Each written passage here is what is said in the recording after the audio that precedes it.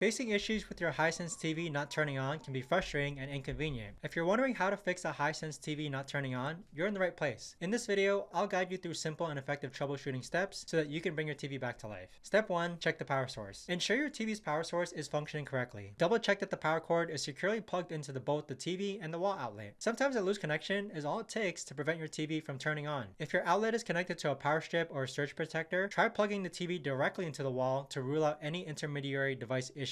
Step 2. Inspect the remote control. A faulty remote can be the problem. Start by replacing the batteries with fresh ones and ensure they're installed correctly. Test the remote by pointing it to the TV and pressing the power button. If the TV doesn't respond, try powering it on using the physical power button on the TV itself. This step can confirm whether the issue lies with the remote. Step 3. Perform a power cycle. Power cycling can solve a lot of issues. To do this, unplug the TV and wait for about 30 seconds. Press and hold the power button for about 10 to 15 seconds as this helps drain any residual power in the TV.